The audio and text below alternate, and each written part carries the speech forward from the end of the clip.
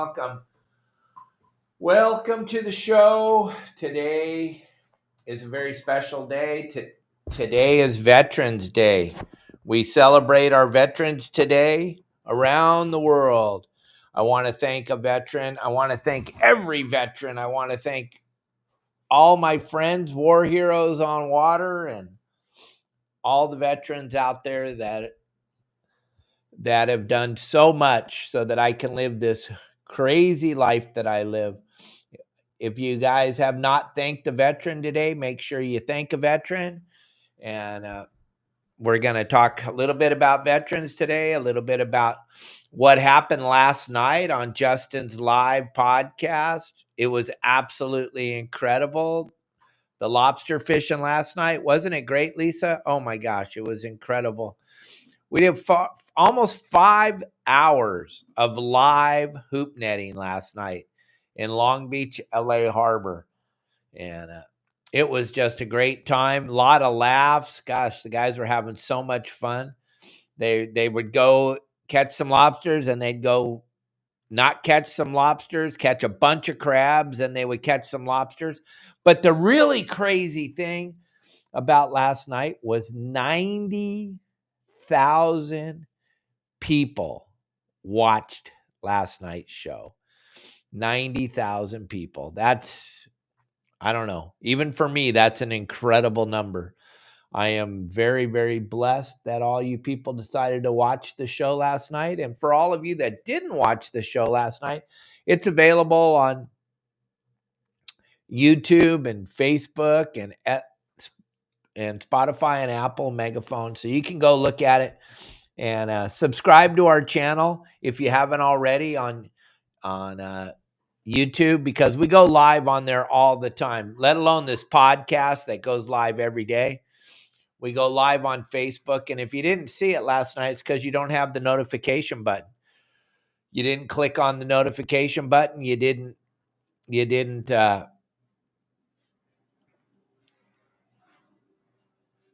get notified that we were live. You didn't subscribe to our channel, so that's why you didn't get to see it. So go back and look at it if you want today, something to do. And once again, I can't mention this enough times. Thank a veteran today for what you got, what you don't have, what you're going to have. Everything is because someone gave everything they have to make sure that we get to live free in this country. And I can't thank the veterans enough. I give them all the credit that they deserve, because they are an incredible bunch of people. So thank you very, very much once again. Thank you, veterans. And I don't even know where to go with this today. We got an abbreviated show today because of Veterans Day. We'll go to about 12:30. Michael Folk usually joins me, but he had some pressing stuff going on today. Next week, we got Keith Poe, who tags white sharks and mako sharks and all over Southern California, Northern California. He's going to join us next week. It's going to be a great show talking about all the great things he does to make sure. Marley's running around on the floor here somewhere. He's running around here. He'll make a showing. He's doing a lot better today. He's having a way better day today. Thank you for asking, Jeanette. And I love Marley. He loves his mommy and his daddy. And he's doing good, guys. He's recovering well. Day 2 of his recovery here. Had his tail lopped off on Sunday. So he's trying to figure out life without a tail, which is a big deal for a monkey of his size.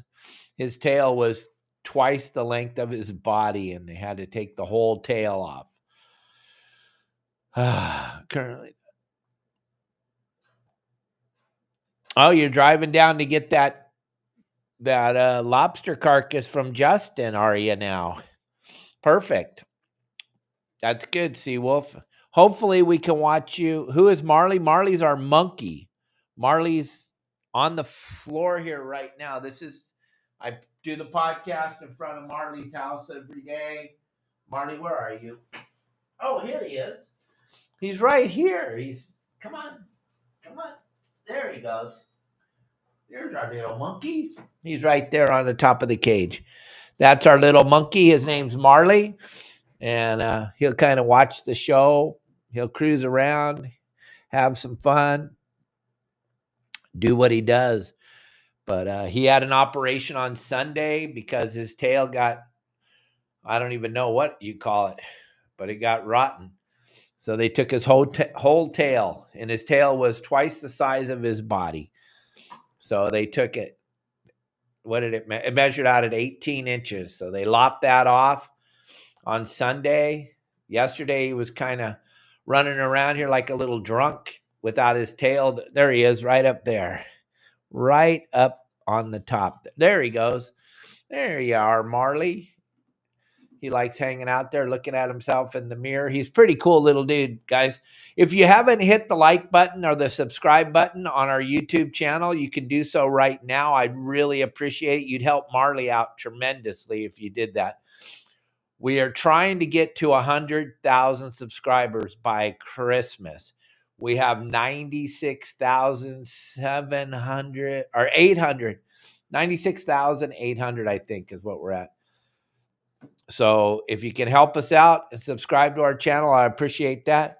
And what are we doing today? We're talking about lobster fishing. We're going to talk a lot about lobster fishing, a lot about the spots that you fish the lobsters, how long to let your hoop net soak, and all the different things. We haven't talked about this for a while. Normally we have a special guest on Tuesdays with Michael Folks, but at being Veterans Day, everybody's doing their things today. Yeah, he's a Doberman now. He's so small. He's not even as big as a Doberman. There he is, working around up there. He's not even as big as a Doberman's head. Yeah, as we cruise along, there's less and less traffic. That's for damn sure. And what I would say was, if you guys are thinking about going hoop netting, I would go.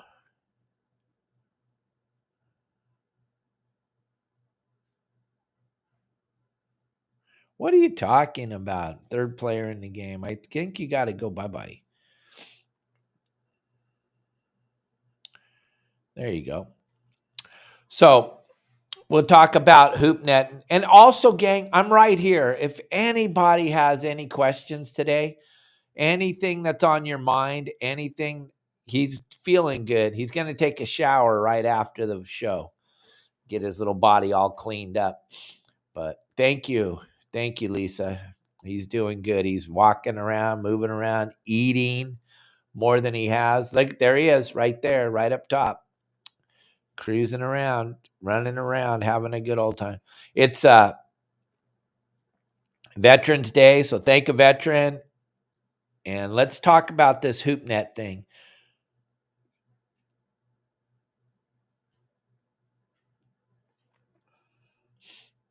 Yeah, we'll talk about it. Absolutely. We'll talk about the ropes. We'll talk about everything.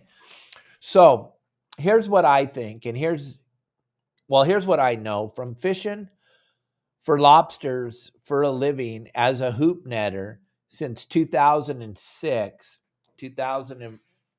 Me and Phil Freeman, we couldn't figure out if I was started in 2006 or 2005, but it was right in that time zone when I had to start hooping for a living, for the sheer fact that we just had to eat. And it was wintertime. And before pre-2006, pretty much the sport fishing industry in California kind of hung it up. We didn't do anything. We rock fished a little bit, but we pretty much had nothing to do in November, December, January, February, until they opened Rockfish up again in March. So now it's April. So I started taking people out hoop netting for $100 a person back in 2005 or 2006. And that was the very first time anybody had taken people out hoop netting as a charter boat business. And if you had started that before me, you forgot to tell anybody. That's all I can say. You didn't advertise anywhere. You didn't tell anybody. And there wasn't anybody that was advertising going out hooping where you could buy a ticket to go hooping. We were the very first people to do it in Southern California. And that's when this whole thing started, as far as I'm concerned. So what we did was we charged $100 a person to take you out hooping in Long Beach Harbor, give you all the beer you can drink and all the pizza you can eat, and 4 hours of hoop netting in Long Beach Harbor.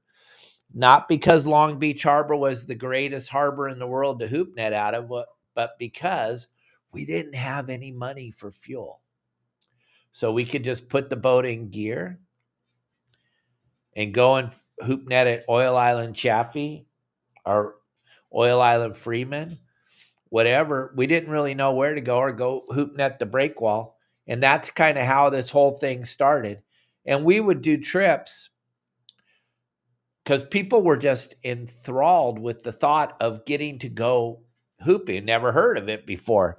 Now everybody does it. Every landing does it. Every boat does it. Everybody goes hoop netting. But back in 2005, 2006, no one had heard of it.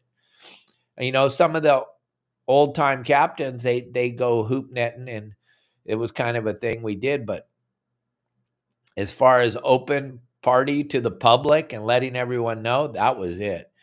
There was nobody doing it. There was just nobody doing it. We didn't even know if anybody would buy the ticket, Lisa. We didn't know. We thought, wow, that's incredible. People were buying the ticket. People were coming out of the woodwork. And then, holy baloney, Kelly Girl in 2006 caught the largest lobster ever caught in California. Now, I know you caught way bigger, but you forgot to tell anybody. My wife, Kelly Girl, she wasn't my wife at the time. She was out fishing with somebody else at the time, caught an 18 3/4 pound lobster. And how do we know that that's how big it was? Is because she gave it to the aquarium of Long Beach. So therefore, we knew exactly what it weighed. Now, I know there's a bunch of you out there right this very second that are going, well, I caught way bigger. I've caught way bigger than that. But you know what you guys forgot to do? You forgot to tell anybody. So there's no record of a bigger lobster in California.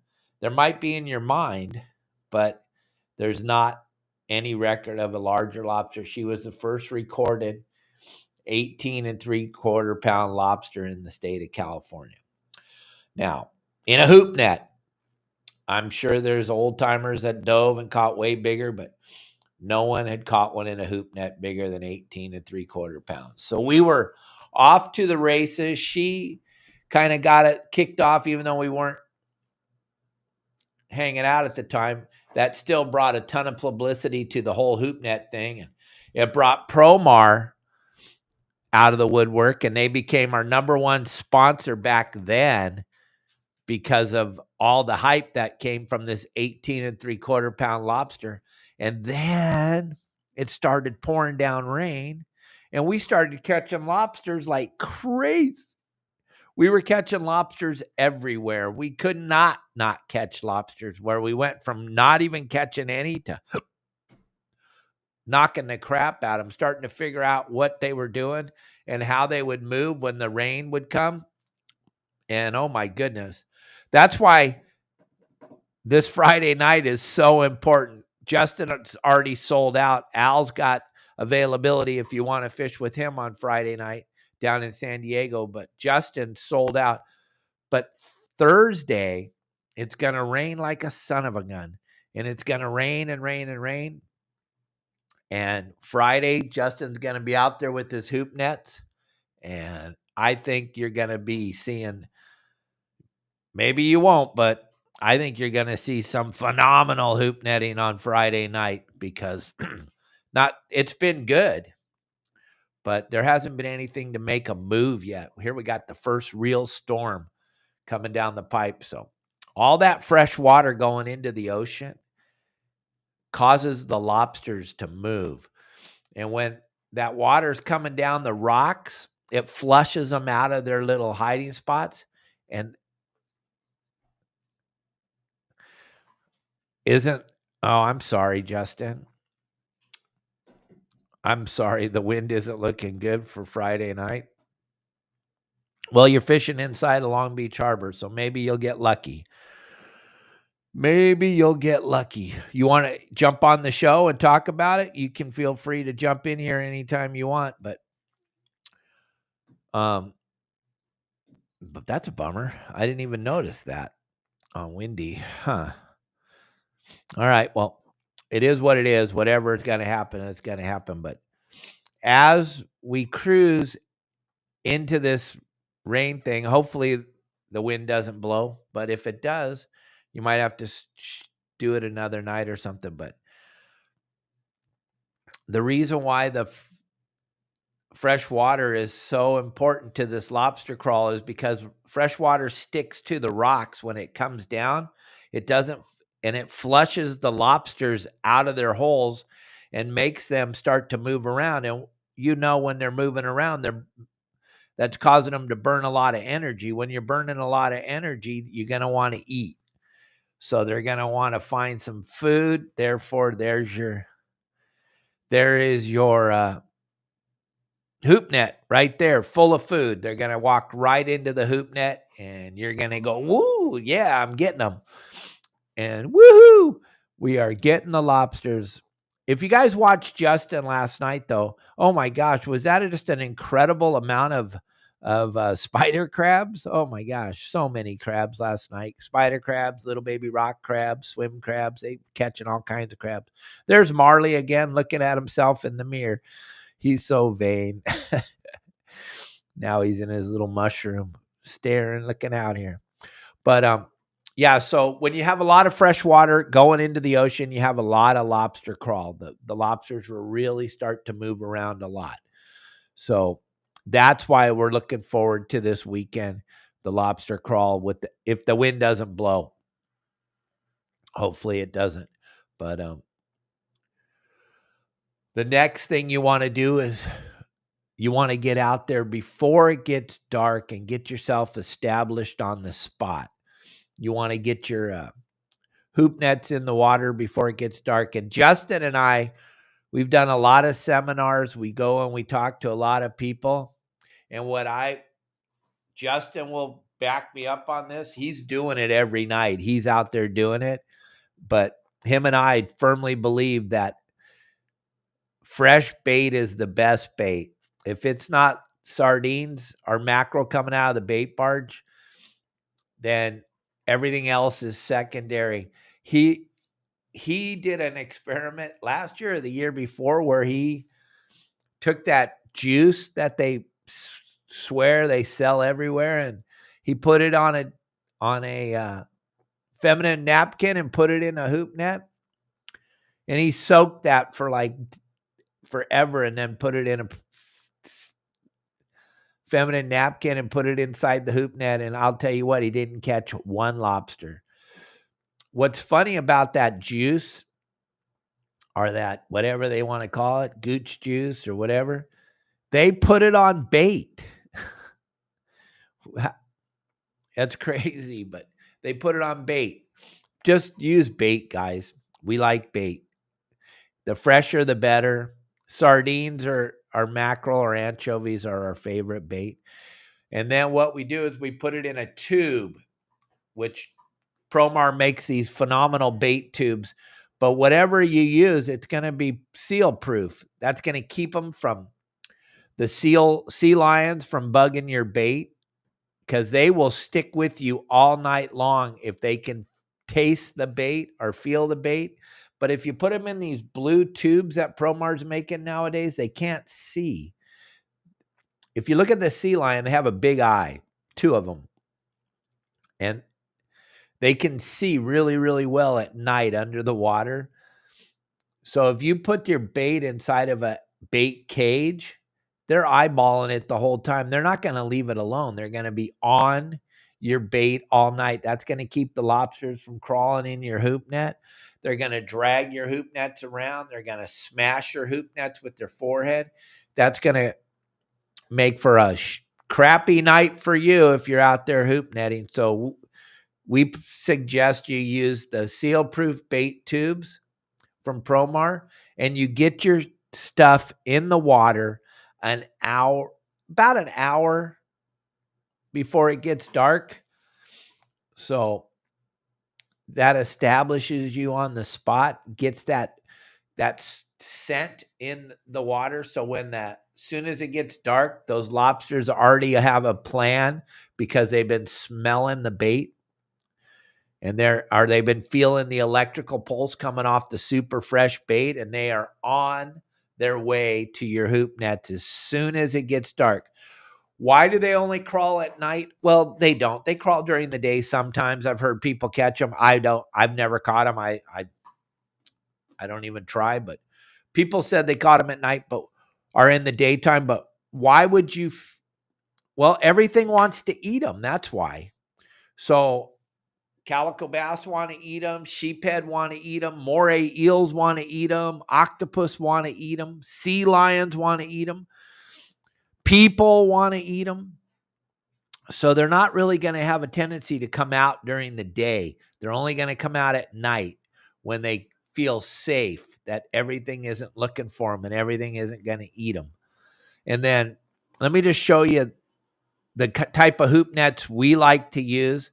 And then we'll talk more about this in a minute, but let me show you these hoop nets because it's kind of important. For those of you that don't know what we're using, check this out. This is what we're using. All right, thanks for tuning in. Today we're going to talk about the ambush line of hoop nets.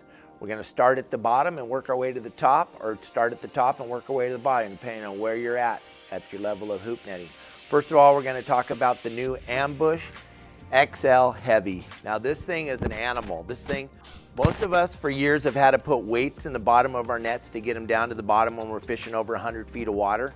Well, the guys at Promar have come up with the most phenomenal design. This thing right here, this thing by itself weighs 14 pounds. This is a big piece of metal right here. This thing's gonna sink like a boulder right to the bottom. You're not gonna have to put any weights on them. You're not gonna have to worry about that anymore. This thing's ready to go. If you guys are fishing in the deep water, the new XL Heavy is gonna be your go-to ambush net. Next, the Ambush XL. This is a phenomenal net, giant opening at the top, much bigger than the original Ambush. This is gonna be for those of you with enough deck space that can handle these XL. Because like I've always said, I've never had enough of anything, and I've never had enough of an ambush net. The bigger the better, always. Bigger is better. The more lobsters you can fit in here, the better it's gonna be for you. Get the night over with quicker. So the Ambush XL is much bigger around than the original ambush net. The problem with this, if you have a small boat though, is it's gonna take up a big piece of property on your boat.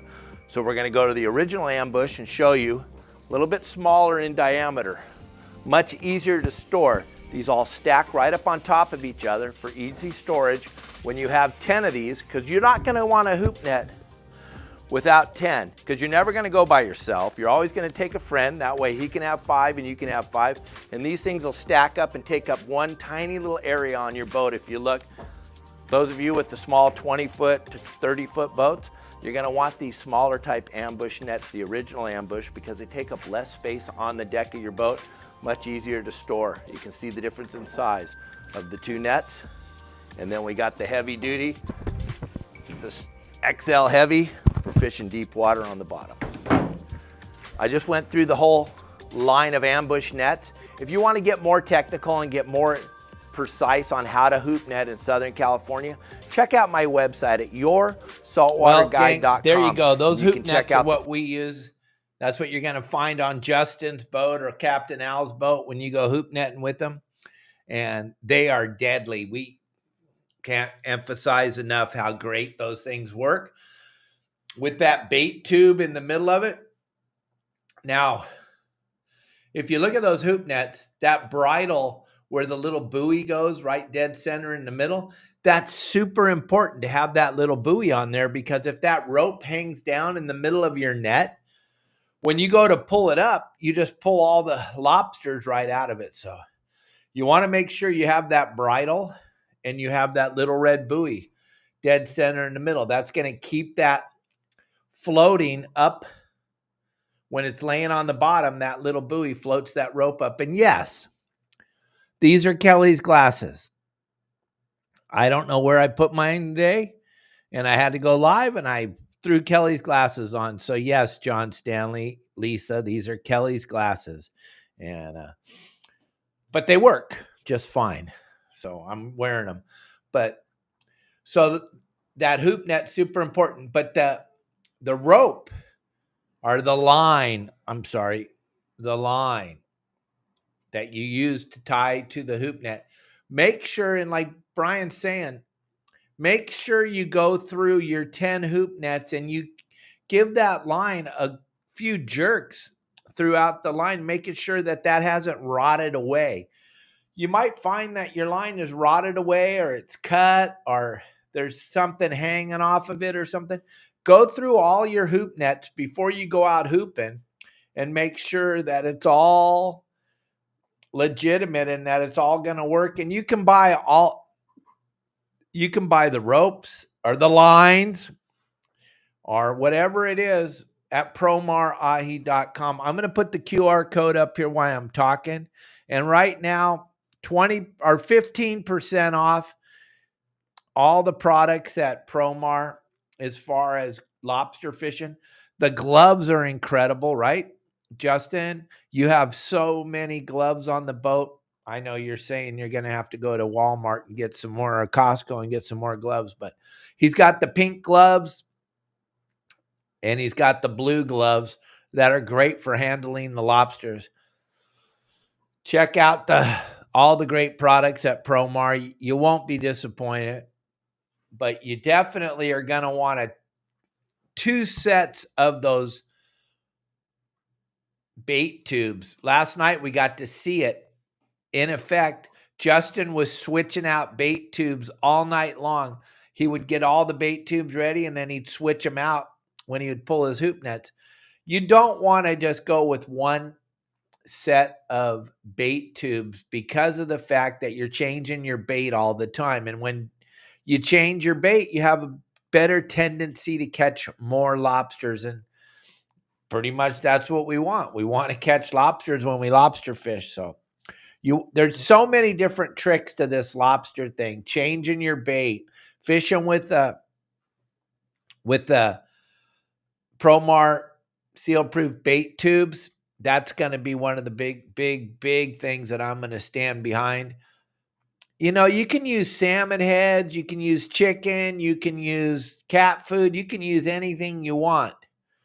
But and Justin will tell you all day, every day when he does seminars, the best bait to use is the freshest bait you possibly can use, whether it's anchovy, sardines, or mackerel.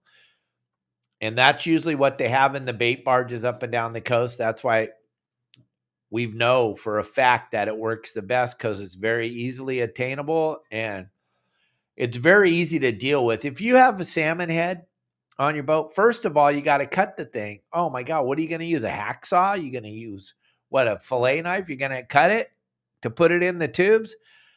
Good luck. That's all I can say. I'm too lazy to even attempt to try to cut that thing in half to try to fit it in my bait tube. My gosh, are you kidding me? When I can just shove 5 or 6 or 7 sardines in my bait tube, put them in the crusher that Justin's got, then throw them in the bait tube and let it go. Have at it. That's kind of the key. And another thing is the amount of boats that you have to go on today and the amount of spots. Spots are super important, gang. You got to have spots. You got to have enough spots that if you get out to your spot and you didn't get there early enough and Justin's already there or Al's already there, you better have some other spots. You don't want to do what those guys were doing last night to Justin, pinching on him and putting their hoops on top of Justin. That nothing's going to piss a guy off more than having somebody's hoop nets on top of you. You better have a handful of spots where you can move around to. You didn't get out there early enough to be on the spot that you wanted to go to, then you better go find another spot. And what I would suggest is having some other spots put in your GPS. If you only have one spot that you lobster fish at, that's crazy, because there's a pretty good chance someone's going to be on that spot when you get there, even if you got out early. So you might want to check it out and find some other spots. And yeah, you're going to find the spots. You're going to go with Justin. You're going to get on those lobsters and you're going to slay them. But if you don't have Justin, or if you're going out on your private boat, what I would suggest is jumping on the website, yoursaltwaterguide.com, and loading up all the hot spots that we have on there. Yeah, that's right. We have lobster. Not only do we have all the rockfish spots you need to be successful, we have all the lobster spots you need to be successful. There's no reason. I wish they had something like this back in 2004 or 2005, 2006 when I started hooping, because I didn't know where to go. I didn't know what to do or how to do it. This website makes every single thing easy. It makes it super easy. You don't have to worry about finding a spot. You don't have to worry about how do I set up my hoop nets, or how do I bait my hoop nets. And another thing we hear about all the time is, how long do you let your hoop net soak? We like to leave them in the water when we drop them an hour before it gets dark, or a half hour before it gets dark, somewhere between an hour and a half hour. Then when it gets dark, and that means when the sun sets on the water, and once the sun sets on the water, it might not be dark out, but it's dark on the bottom. We're going to let the hoop net set for a half hour, because if you've ever seen lobsters on your deck, they can flat out fly on your deck. So think about them in the ocean. They're moving, and they can move pretty damn quick. So what I would suggest is a half an hour after it gets dark, and then you go through all 10 of your hoop nets. Most people on their own private boat will go through their 10 hoop nets, and the number one hoop net will already be in the water for a half hour, 45 minutes by the time you get to the end. If all the hoop nets had lobsters in them the first time around, start pulling again right away. There was many, many nights, if you watch Justin, where he never stops pulling.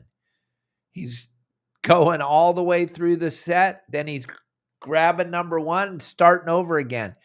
Same with Captain Al. He's going through it, and if they're crawling, he's pulling, and if they're not, then he's resetting in a different area, and he's giving it a little bit of time. But Justin has this thing so figured out so well that he's burning through his nets as fast as he possibly can. There he is right there. What's up, buddy? Hey, how are y'all doing? I'm doing great. Glad that you could join us. Yeah. I'm running out of shit to talk about.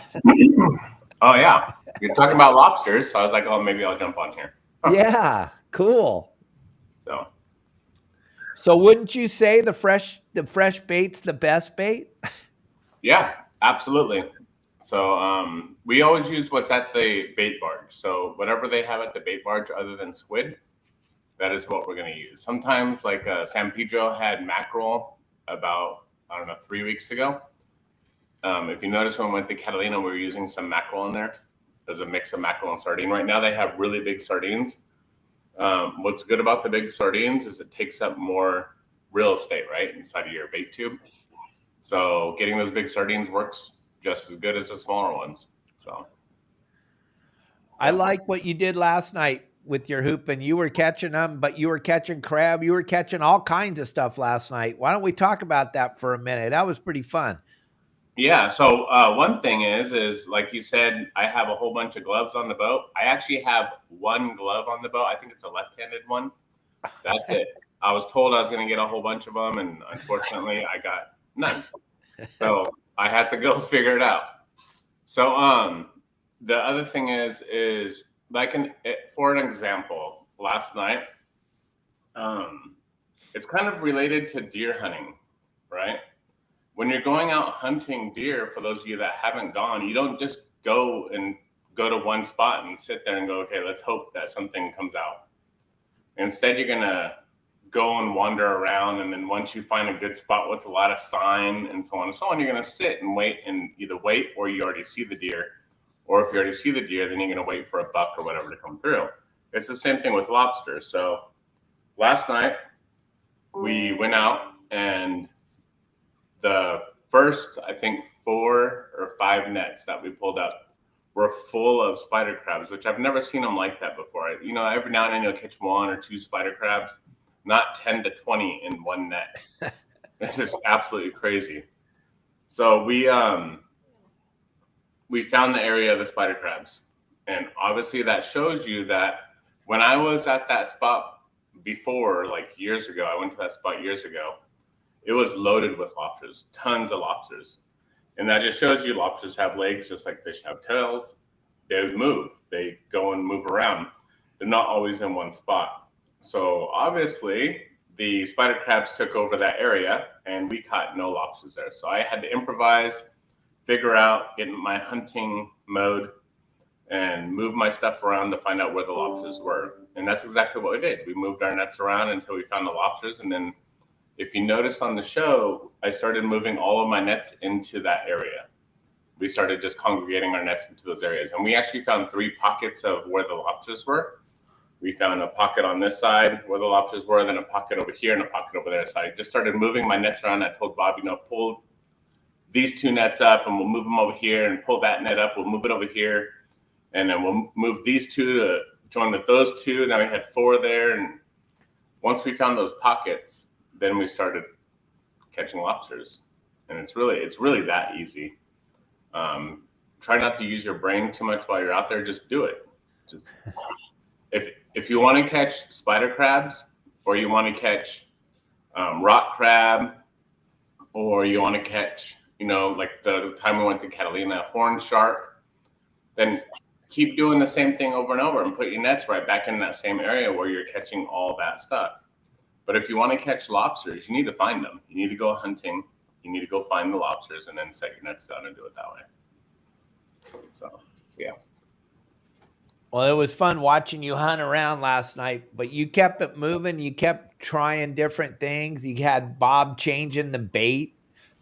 How important is that, changing the bait thing? It's very, very important, especially when you're in sand fleas. We didn't have a lot of sand fleas that I seen last night. I actually honestly didn't even look, but I noticed on the deck there wasn't a lot of sand fleas. And if you're in a lot of sand fleas, you need to change your bait every time you pull, or every other time you pull, depending on if you're in a bunch of those. I did tell Bob last night also to leave. When we pulled up those, it looked to me, from being up high and looking down low, to me it looked like the bait tubes were still full of bait. And Bob kind of looked at me when we pulled up those crabs. He looked at me, and I'm like, oh, no, it's fine. Don't rebait. Just throw it back down. But that was my instinct. I should have got the point from Bob when he was looking at me like, what do you want me to do? That the bait tubes were not full of bait. Those crabs, if you notice that those spider crabs have long, long legs, can stick their arms, whatever in the hell they're called, through the holes of the bait tube and actually start working that bait out. They were only a half or quarter way full of bait. And I kept telling him, throw it back down, you'll be fine. Oh, throw it back down, you'll be fine. And he's looking at me like, what? I'm like, yeah, you'll be fine. So I should have just stopped and said, all right, we got an issue here. But thankfully, we did do that, because we did put we did the whole definition of insanity of doing the same thing over and over, expecting a different result. I did put the nets down there twice or 3 times in the same spot, and we caught spider crabs each time. So yeah, that was a dumb move on my end. But I don't know. It was fun to watch. Everybody was having a good time. There's Michael Folks joining us. Hi, kids. How you doing, buddy? Sorry for the delay. I was buried in this editing session. I looked up and it was 11 o'clock. Next thing I know, it's 12:30. Oh, wow. I apologize. Well, we're talking lobsters today, so kick back, relax, and check it out. But Donnie Brockman just texted me last night. His squid boat made 1,000 tons of squid at Torrey Pines. Seriously, right on the beach. Torrey Pines. Well, there's squid at Iser's Reef. There's squid at Catalina. There's squid at El Segundo. But yeah, he's texting me right now with the pictures. 1,000 tons. God, that's crazy. 1,000 ton last night. I can't even imagine what 1,000 tons of squid look like. They were all pulling in. All the seiners were coming in and loading up and leaving. 40, 50 tons a piece. They all got in on it. That's crazy. I'm sorry. It's nuts. Yeah, Didn't it is. It happen 2 years ago also? There was some pretty good fishing on the beach 2 years ago. That's for damn sure. I don't know if there was 1,000 tons one night, but from one boat. Pretty good fishing. Hey, did Jason Cutter get his information from you, Justin? What? Did Jason Cutter get the information to get Bambi from you? Oh no, he's hunting whitetail in Maine. Oh, that's where they live. That's their house. Damn, that's a nice deer. Yeah, it is. He just killed that sucker. Damn. For those of you that don't know, it's deer season. Deer season in the fall. Deer season, duck season. Duck season, deer season. I'm just kidding. Hey, yeah, Lisa, Marley's doing much better today. Good. Better day. He's setting up above me. I got Justin. Maybe you can help me out with this. This is a question I was asking everybody. Michael, you can help me out too. Why are we assessing a population of fish that don't live in California? Why are we doing that? Because we got retard liberals in office. Yeah. There you go. There you go. There's your. That pretty much sums it up. Because that was my question. I was thinking about this all weekend. Why I was also thinking about Marley and his tail. I was thinking the millions of dollars we're wasting counting sand bass in Southern Cal. They don't live here. Why are we counting a fish that does that? That'd be like me and Justin getting, well, it would be kind of cool if we could get a grant for a few $1 million to go count the polar bears in California. Yeah. It's freaking crazy. That's what we're doing. And to find out they're going down there with a tape measure and counting how many bass are in between the tape measure at a reef. Yeah, good job, you retards. It's just absolutely amazing. Lame ass people. Yep, absolutely. And then, Michael, folks, you can't have a fair election in the state of California when you have no voter ID. It'll never happen. That's why they brought in 10 million illegal aliens so they can pack their ballot boxes. And they're all dancing around. Oh, we 70% of the population voted for Proposition 50. No, they didn't. You didn't. There's no voter ID. Nope. And you know what I heard the other day, David? Justin, is that 40% of the population in California is registered Republican. 40%. And yet, with all the redistricting and all the crap that they've done up in the libs, we represent less. That 40% represents less than 7% of our Senate seats and congressional seats. So, crazy. Yeah. So, hey, you guys want to hear something absolutely some crazy ass shit? Yeah. Yes, we do. Yeah, shit. Yeah.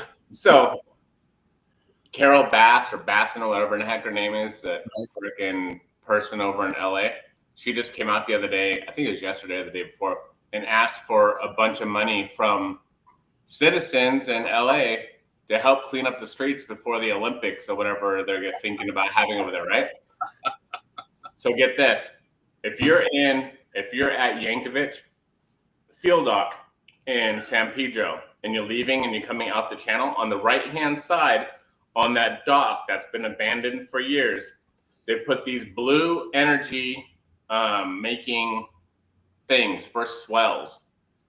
Keep in mind, there's a picture also that what happens is when there's big swells, these things move up and down and create a whole bunch of energy or electricity or whatever they're creating something, right?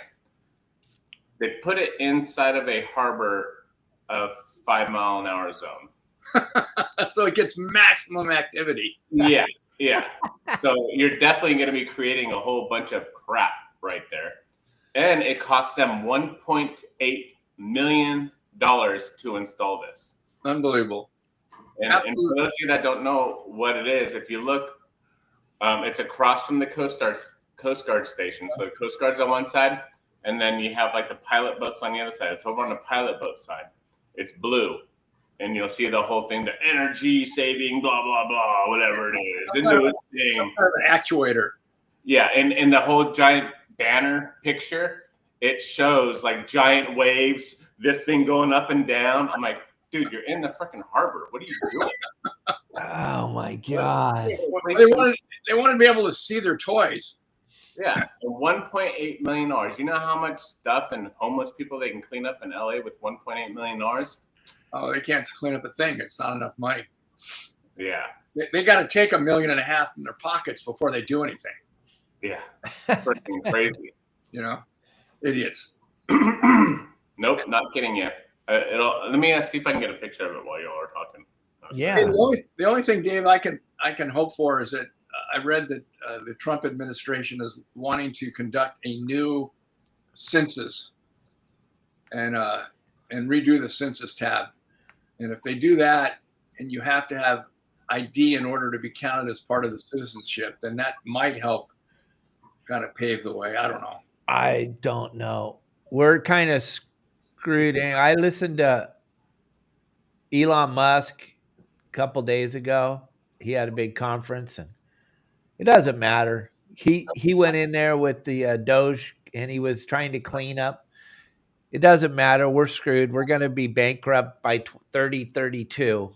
The United States won't be able to pay their bills in 3032. There's no way around it. The government waste is so big. He just said, I went in there and I tried, and I got shot down. There's nothing we can do about it. We're done.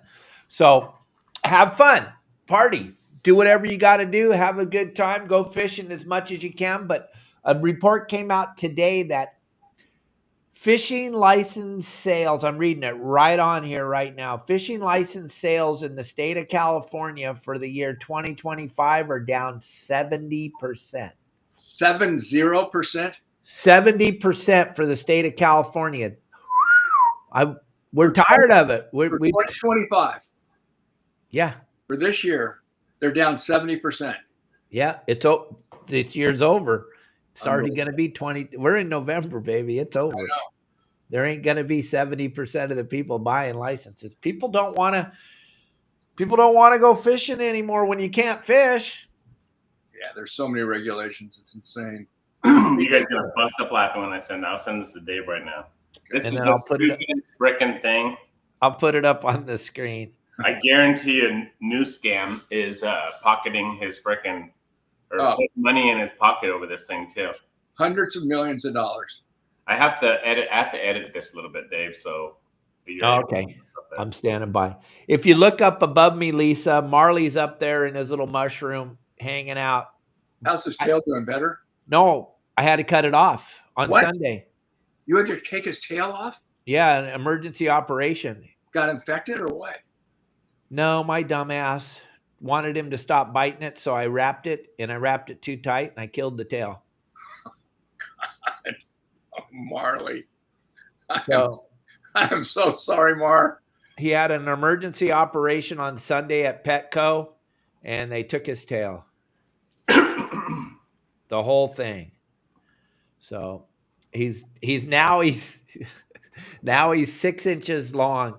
That's it. Don't they use their tails though to hold on to stuff? And it's sort of like almost like a dog's whiskers or something, or a cat's whiskers. They kind of navigate a lot with their tail. No, he doesn't have any grip on with the tail. It was used as a rudder, Right. but as far as grip, it wasn't. So he's walking around like a little drunk right now. Oh God, David. But he's doing okay. He's right above me right now. Let me see if I can get him to come out. Let's see. Marty, come on.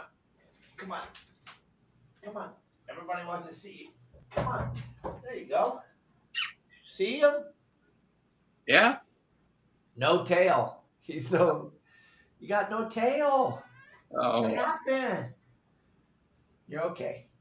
So there he goes. He's Dr. Hansen. Yeah. He's eating a lot though. Oh, That's wow. good. Okay. Jesus Christ. I know, right? I'm sorry. I'm What? just blown away. I'm going to put these up here in just a second. Unbelievable. So instead of spending the money in LA, instead of spending the money on the windmills, they're doing this. It's going to blow your mind. It's the stupidest, dumbest thing you've ever seen. Dumb. And they put it in the back of the harbor where there's no swell, no nothing. Maybe a wake, a little tiny 5-mile-an-hour wake will hit it. Yeah, those things are designed to be used in big seas, aren't they? Yep. Yeah, Dave's going to show you right now. It's crazy. Of course, Bass puts them inside the harbor. Where else would you want to put them? Yeah. It's too funny. Yeah, I'm getting them. Couple more seconds, folks. You'll all see what we're seeing. It's pretty crazy. Oh my God. What the heck? Yeah, hold on. Okay. I don't know what it's called. Oh my gosh, it's comical. Everyone's like, what's going on here? What are we going to look at? You're gonna Just see hang it? on. Hang on. You're going to look at it. You're going to go, what the hell? Yeah. And then that one picture is the picture of it working, right? In a giant, 7-foot swells. There it is right there, everybody. Over in San Pedro. Unbelievable. That's in San Pedro right there. And then I'm just loading the last picture right now. $1.8 million to install that. They're going to generate so much energy when those wakes go by. Oh yeah. And then here's the next picture he's going to show you is it actually working. Yeah. Downloading that one. Obviously not inside the harbor though. Not there. Yeah. So who? I can't even handle it. I'm sorry. This stuff has just gotten so out of control. It's all our money. Yeah. It's all taxpayers' money. Yep. It's all our money. They spin it like they think they know what they're doing with it. And all they do is keep messing everything up. Yep. I almost got it loaded. Just wait a minute. Yeah. Yep. This is what it's supposed to look like. Yeah. So everyone knows this is inside the harbor, not just inside right over the break wall, but in the harbor. Inside the 5-mile-an-hour zone in the harbor. It's nuts. There's never going to be a swell that hits that. Never. Well, maybe if there's a hurricane. I don't even think that'll happen. That's what it's supposed to look. So stupid. That's what it's supposed to look like, everyone, with the waves. So you tell me, how does that make any sense in the harbor right there? That's money well invested. Karen Bass. Well invested, Miss Bass. Karen Bass, she's the best. Biggest idiot in the world. Well, she's the one, you can quote her. She's the one that said that water wouldn't have helped put out the fire. During the fires. No, they didn't need to have water in the hydrants. It wouldn't have made any difference. But we've been using water since the beginning of time to put out fires. So yeah, but this fire was too big. It was too out of control. Plus, she was on vacation, so she really couldn't deal with it. Yeah. Oh I think they actually thought gasoline would put out the fire is what they were using. Yeah, they wanted to backfire the fire into itself, so they just sprayed gasoline on it. Yeah. Unbelievable. Those pictures are radical, Justin. Crazy, huh? Thank you. I didn't even know that was going on. Hey, we know what they repurposed that pier for now. Yeah. Yeah. So and it's only like a quarter of the pier. So I'm sure they're probably gonna spend the bullet train money of $1 billion, whatever, multi-trillion dollars. $4 billion, and they got 150 feet done. Yeah. I mean, so they're probably gonna take that bullet train money and do that inside the harbor, you know? Yeah. And then realize 10 years later, man, this was a waste of money. What are we doing? No, it's never a waste of money because they get their skim off the top. Yeah. You know, they just have to spend it somewhere. Or being you see your nets coming. It's nuts.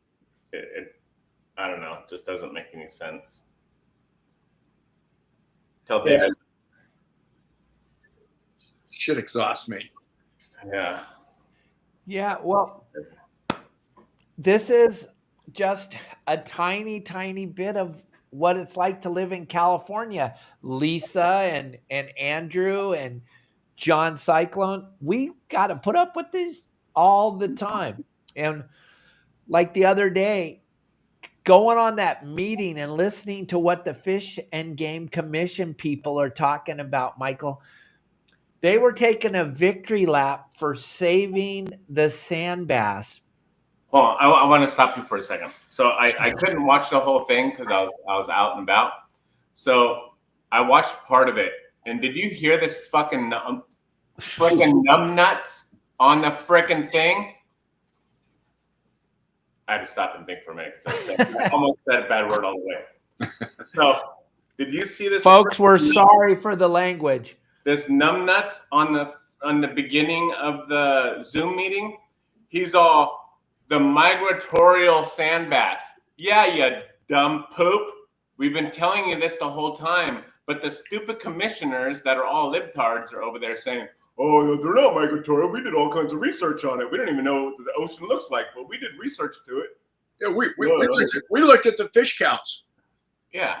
We got a tape measure that's 10 feet long, and we counted them in the 10 feet. We measured how many fish were in that 10-foot area. Yeah. Unbelievable. Freaking crazy.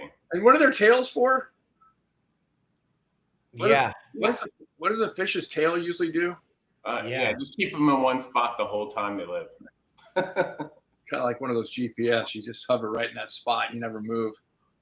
Yeah, it's freaking crazy. Freaking nuts. Sorry. Like, I just can't even. There's so much going on right now that we're actually getting to see some of the inside stuff that's been going on for so long. And these people, they sit there all smug and they make all the decisions and they make decisions. We got it bad down here. Up in Northern California. Oh my gosh. They can't even they can't do anything anymore. They can't, and the abalone and then they did this kelp restoration. They're talking about kelp restoration. As long as you don't harvest the sea urchin, it doesn't matter how many billions of dollars you spend restoring the kelp. Sea urchins are going to eat it the moment you plant it. Maybe their thought of kelp restoration is actually opposite of what it means, because it seems like everything they do is completely opposite of what it means. The results are opposite of what they do. Yeah. So kelp restoration means get rid of the kelp. It looks ugly. They don't like it anymore. And it smells when it gets up on the beach and dries out. Yeah. And it has flies in it. maybe that's what they think kelp restoration is, but they didn't look up the definition yet. Kelp elimination. Or maybe that's their adverbs or whatever it is that they're using now. Who knows? Yeah. It makes you want to vomit. It makes you sick to just look at the waste of all this money. Is just incredible. The waste of this money is just mind-boggling that they just want to waste money. Like Justin and I talked about long time ago, Michael, they reintroducing the wolves to California. We're spending millions of dollars on these wolves, and now they're killing the wolves that we spent millions of dollars on because they're eating the cattle. Yeah. Well, what did you think? Here's a cow that's never seen a wolf. He's just hanging out in the pasture. A cow can't defend itself. They're not going to defend themselves. And he's just hanging out. Here comes this dog. He's never seen this dog before. Yeah. And it's not even a dog. It's a monster. And it just eats the cow. And they're just like, what just happened? Yeah. Now they're allowing some killing of them, but only they can do it. If you do it, you're going to go to prison for life. Oh yeah. Plus they want to eradicate all the deers off Catalina Island. They want to get a machine gun and helicopters and just kill every deer on the island because they're an invasive species. So they need to do that with the bison and the fox as well, because those are both invasive species. I think they should do it with the government over there. Yeah. You know? Yeah, absolutely. And they're just and here. It's insane. All right. Yeah. And then somebody come up with an answer. Yeah, they're gonna reintroduce the otters to Southern California. And they're talking about the grizzly bear back to big bear. Yeah. A grizzly bear and big bear. That's been going on for about 5 years now. They've been talking about reintroducing the grizzly bear back into big bear. I mean, to me, honestly, good. The grizzly bear will go and eat half the meth heads over there. So cool. Do it. Grizzlies are aggressive, man. I can see black bears, but not even introducing a grizzly to a domesticated environment like that. That's crazy. Yeah. And not in the tree hugger. You can see how, I mean, obviously California, the government here is all they want is money, right? They're hungry about money. They don't care about the animals and they don't care about you. They just want money. And one proven fact is if you look at the tags for deer over in D14, which is Big Bear area, one of the places I hunt, they give out like 3,500 tags. And the population of deer is less in D14 than on Catalina Island. And Catalina Island is 23 miles long. So they give out 3,500 tags to go and kill as many deer as we can find. But only 3% of the 3,500 tag holders will ever even get a deer. And it's pretty bad. Personally, they should drop it down to 500 tags, maybe 250 tags max, and start worrying about the environment instead of their own pocketbooks. God, it'll never happen. Money, it's of the money, by the money, and for the money. Yeah, but it seems like a lot of these organizations now that I'm realizing after you look into it, if you think they're going to be doing good, I'm not going to say anything because I don't want it to hurt Dave's stuff. But yeah, Dave knows where this is going, but I'm not going to say I'll beat around the bush. So a lot of these organizations are big money collectors. You know, a lot of people donate money to them, so on and so on. But the representation that you get out of it is crap. Absolutely crap. It's just a laundry money. The NGOs are just a money laundering vehicle. Yeah. That's all they are. It's like take the money, give it to these NGOs, and the NGOs funnel it back to the people that gave it to them. Yeah. I mean, they never do anything. They never create any results. Yeah, the homeless problem's being solved in LA. We don't need water in the fire hydrants. What's wrong with you people? Yeah. And I think maybe we should start a fishing community, or what would it be called? An NGO? Something to actually represent the fishermen and women. But hire an actual really good attorney use the money that's being paid to hire a really good attorney, not someone that, oh, well, we don't want you guys fish. We don't agree with you guys fishing. You know, nothing like that. Hire an attorney who's going to go up there and go, no, here's the facts, here's the Constitution, this is that, and we hire that person, get all the money to hire that attorney to actually go and stand up for our rights. That's what I think should happen. Maybe we should do that. Isn't CCA doing a lot of that, Justin? No, I don't know that. I don't know how they're working, but I know I've given them my donations. Yep. We got to be careful on this one. On CCA? Just on whatever we're talking about right now. I don't know what you guys are talking about. Yeah. I don't have a clue. Nope. Just leave that alone. But even for hunting and everything else, right? Look at the NRA. The NRA, the National Rifle Association, people donate money to the NRA. And when they stand up for our rights, what happens? They actually have attorneys, multiple of them. And yes, it's a bigger entity and everything else, and they get a lot more money, millions and billions of dollars. And they're able to hire a whole bunch of attorneys, and I mean multiple attorneys, who go and stand up to the government and say, no, this is our constitutional right. This is the Second Amendment, blah, blah, blah, blah, blah, whatever else they got to say. And then guess what? They back away. The government backs away. Yeah. They go, whoa, you're right. So maybe if we started something like that with the fishing community to hire, you know, big time attorneys who know about the laws, because I don't know about the laws of fishing. I just know about laws when I go out fishing. I need a license, I need this, and that's it. But who know the laws of the Constitution? Because I'm sure it's in the Constitution somewhere that says we have a right to fish or something like that. Dave read it. Dave read. You looked it up one time, Dave, didn't you? While we're on it. Oh yeah, we talked about it right here on the channel, that we the people.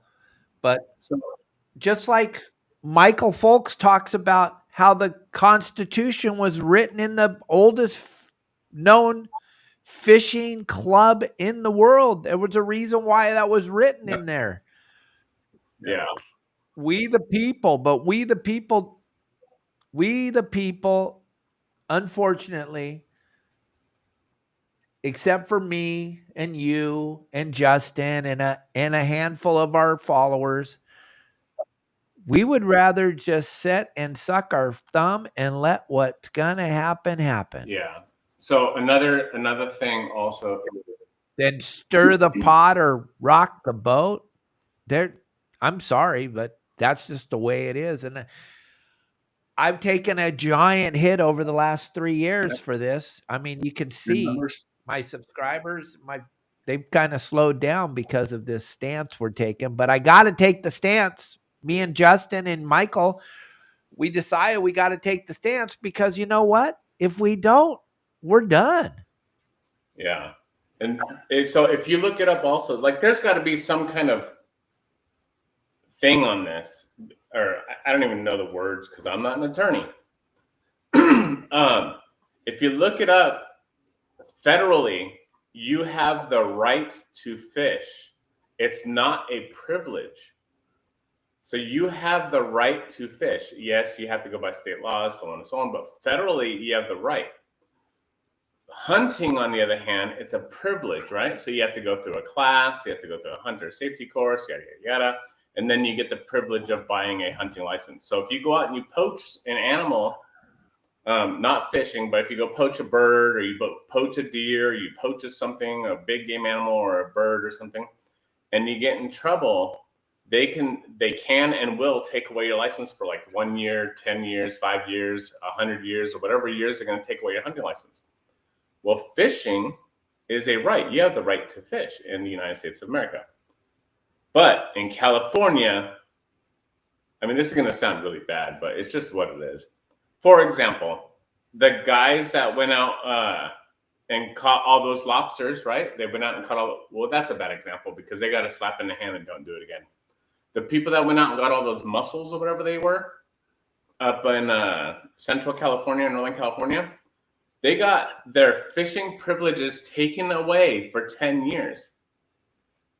yes, I agree on that, but at the same time, it's your right to fish. So you shouldn't have been able to get your fishing license, unfortunately, taken away for doing that because it's a right. You should have gotten a stiffer fine, in my opinion. Maybe $1,000 per mussel, and you got 1,000 mussels. Unfortunately, you're paying a big ass fine, and you're gonna have to suffer the consequences through whatever credit card you're gonna have to take out to pay that fine. But as far as the right, you have a right.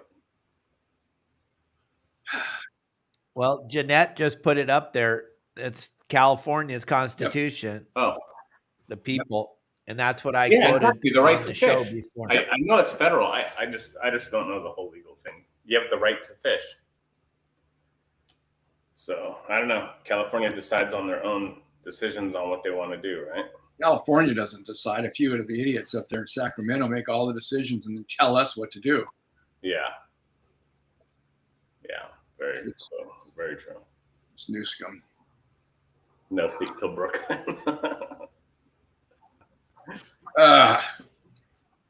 So I'm so glad I jumped on the call today.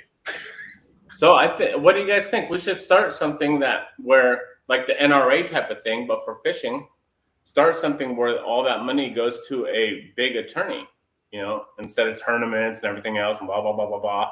No, let's put it to an attorney who's going to stand up for our rights and fight for us at these meetings. These meetings would probably, I almost guarantee, would never even take place if we had an attorney to stand up for our rights. So, but we don't have one. So you're talking, $1 million attorneys. Yeah, if people pay $40 or $50, to be part of how much is it for the NRA? You pay $100 a year or $200 a year or whatever it is, and if you have, 50,000 people that do it, that's going to pay for your attorney. Yeah, but you know how hard it is to get money out of fishermen. We're tight. Yeah, I guess people with guns are a lot more willing to dish up money, right? Well, I think it's more. To me, it goes more to a core sense of the ability to defend yourself. Our Constitution guarantees the right to bear arms, and that's a lot more. That's a lot more powerful concept than the right to bear a fishing rod. Yeah. We can name it FRA, Fishing Rights Association. I like that. It's really good. Yeah. You're making me think too hard. I don't want to. I like that. Yeah. The FRA stands up for your rights, ladies and gentlemen. Let's get this party started. Yeah, somebody help us out. But hopefully it doesn't turn into the thing that it always turns into, a full-on money grab. It just seems like there's just so much of that going on in this whole world. If you do the FRA, make sure it's full disclosure on where your money's going, to the penny. Exactly. If it's $40 or $50 a year, maybe $5 goes to the organization and $45 goes to attorney fees. That would be cool. Instead of, it's at $50 a year, it's $48 goes to Newsom. $48 goes to paying all the employees and everything else, and then we'll do the $2, which will go to just sending someone to go talk about us. To install those activators in the harbor. Yeah, exactly right. Yeah. We'll take $48, but $2 will go toward the energy generating activators inside the harbor with no swells. Yeah. money well spent. Yeah. But check out my new house. Yeah, right. Yeah. FRA, Fishing Rights Association. That's a really, really creative thought. That's just boom, top of my head. Go. I like it. We should do this. I really think we should. I think there would be more people on board than what we think. But the number one thing that we'd have to do first is find an attorney. So if someone knows a really good attorney, I'm really thinking of doing this. Like, seriously, I'm really thinking of doing this. A really good attorney that knows, Jeanette, you should call me. I think we could find our answers right there. A really good attorney that knows the fishing ins and outs and whatever else there is. Or attorneys, multiple. Multiple is always better, right? Look at when Trump has to stand up to everyone trying to sue him all the time. He has multiple attorneys, Right, that go and stand up to him, and then what happens? They all get shut down. So if two's better than one, right? Two lobsters is better than one lobster. two Five friends lobsters is are better than one. Yeah. So.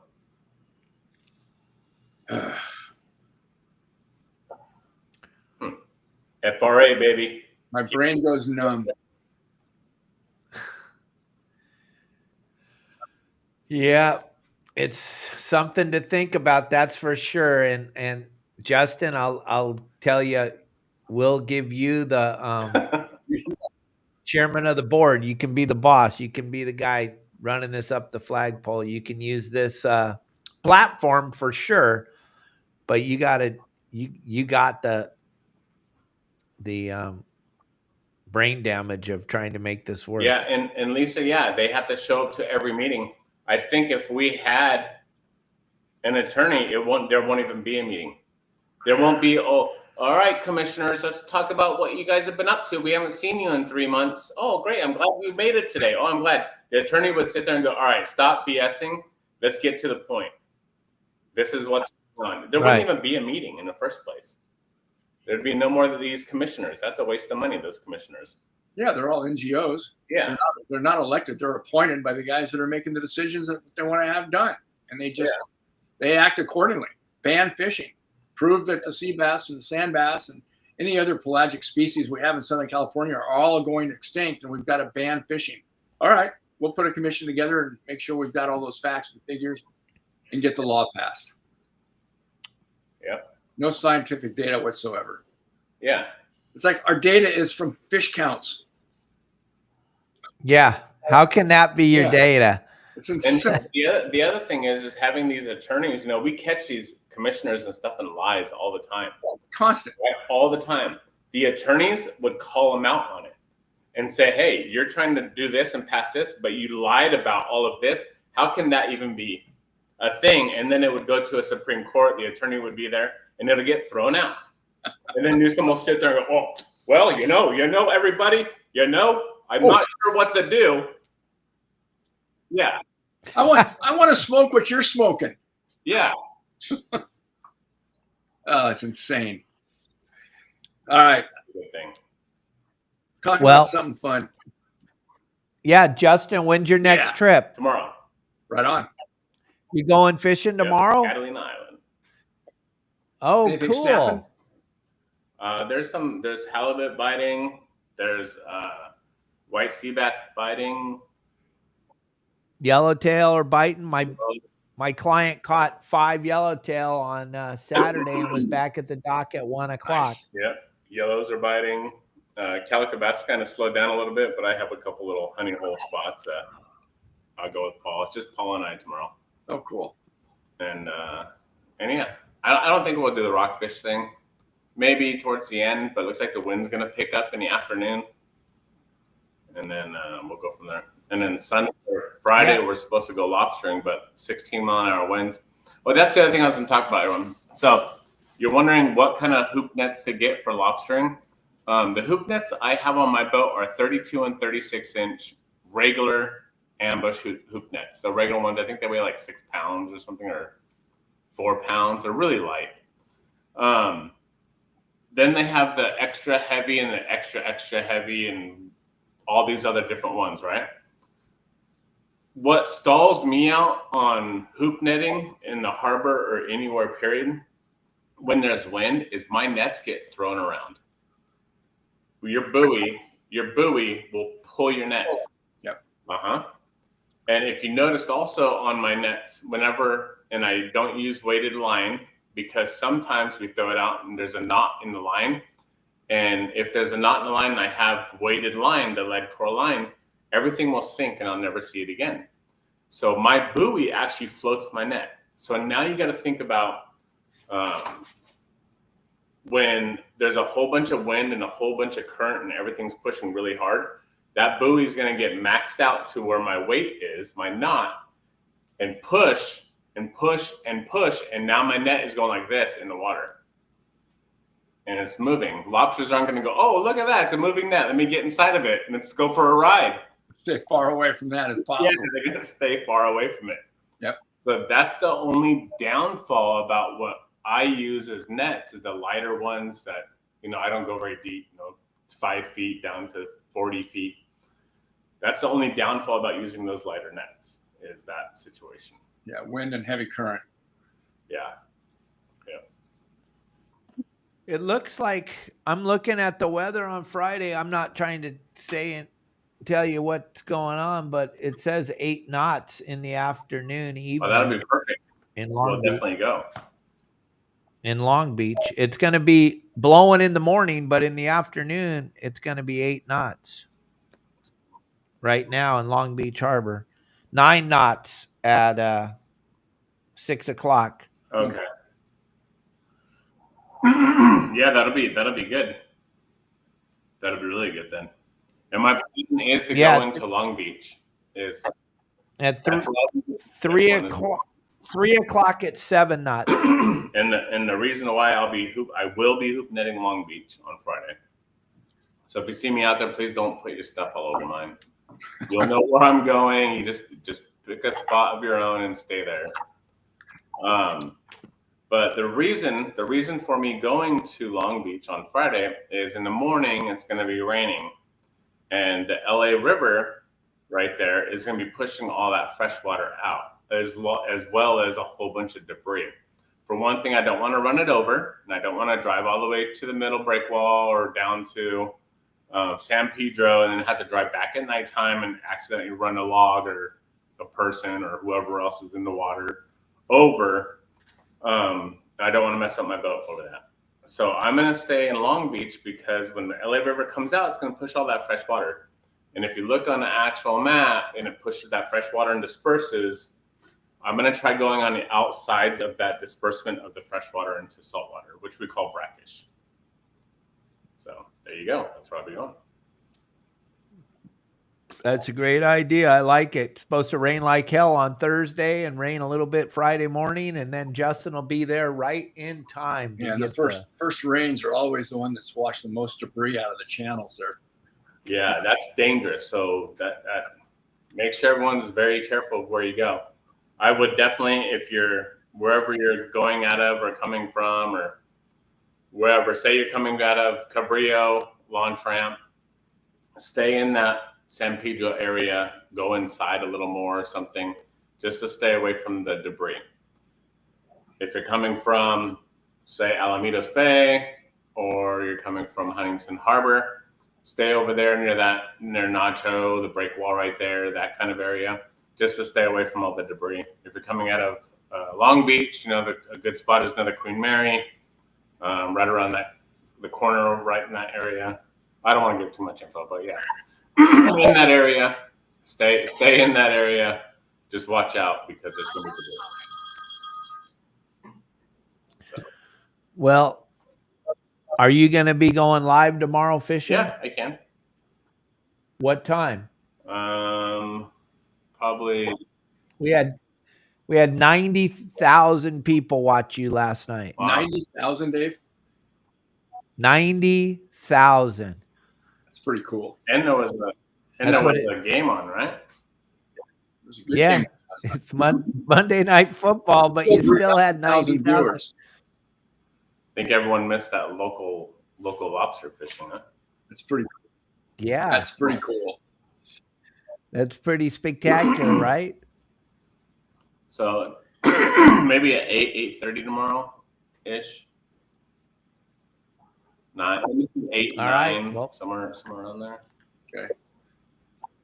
All right. Well, we'll set our alarms and we'll all be ready. It's going to be exciting. Make sure that you guys hit the notification button on your YouTube channel.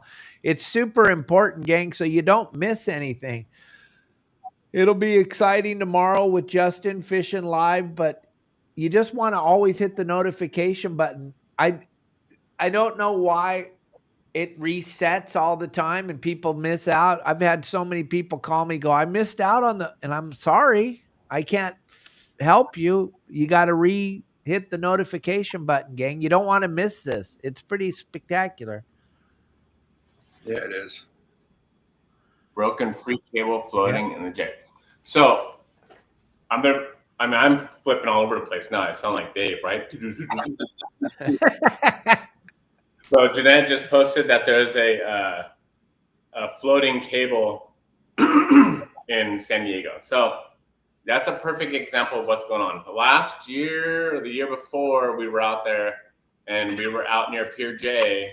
For those of you that know where that's at, we're out near Pier J, and there was about a 50-foot by like 4 foot around. It's like a corrugated pipe, and it was full of concrete, and it was floating like 4 inches underneath the water. Jeez. We were over there, and I'd seen it. I was like, "What is that? Is that a fish? Like, what? Is that a thresher shark?" Because when a little tiny swell hits it, you see the ripple. And I was like, "Oh man, what is that? What is it?" It got my attention, so I went over to it. And I was like, "Oh crap!" So I asked Anthony. I think it was Anthony, or maybe it was Jake. And I asked him, "Hey, can you grab it and we'll pull it up and we'll take it over to the shore and I'll kick it off onto the shore and no one has to worry about it." We couldn't budge it. It was heavy. And then we looked to see inside on the side of it, and it's full of concrete. So instead of pulling it in or anything, I just left it for someone to run over. No, I'm just kidding. I called Coast Guard and I told Coast Guard where it was, and it was I don't even know what it was. It was like a big corrugated pipe of some kind that was like 4 feet round. Jeez. And I told them about it, and then we left. I don't know what they did. That semi-submersible stuff is what'll kill you. Yeah, that'll sink you right away. It's like the loggerheads. The logs are all bobbing up and down. They're not flat, so all you just see is this a little bit of ripple at the top when they bob out of the water. You hit one of those, boy, they'll punch right through the hole. Yep. Well, Michael, next week we got Justin joining us. Justin Poe. Oh, right on. He's going to join us. He just got done tagging a bunch of sharks. Got in this morning. He was going to be on today, but he was super tired. Thank God he wasn't, because you weren't here. Sorry about that, man. That's okay. And then Justin Bottrell, I'll see you tomorrow morning. Everybody, thank you for watching the show. I really appreciate you guys jumping on here, Mike and Justin, and helping me out today. Try to keep focused a little bit. Thanks for having me on, dude. It's always a pleasure. FRA. And we'll see you guys tomorrow morning, right? Bright and shiny. All right, later. Bye.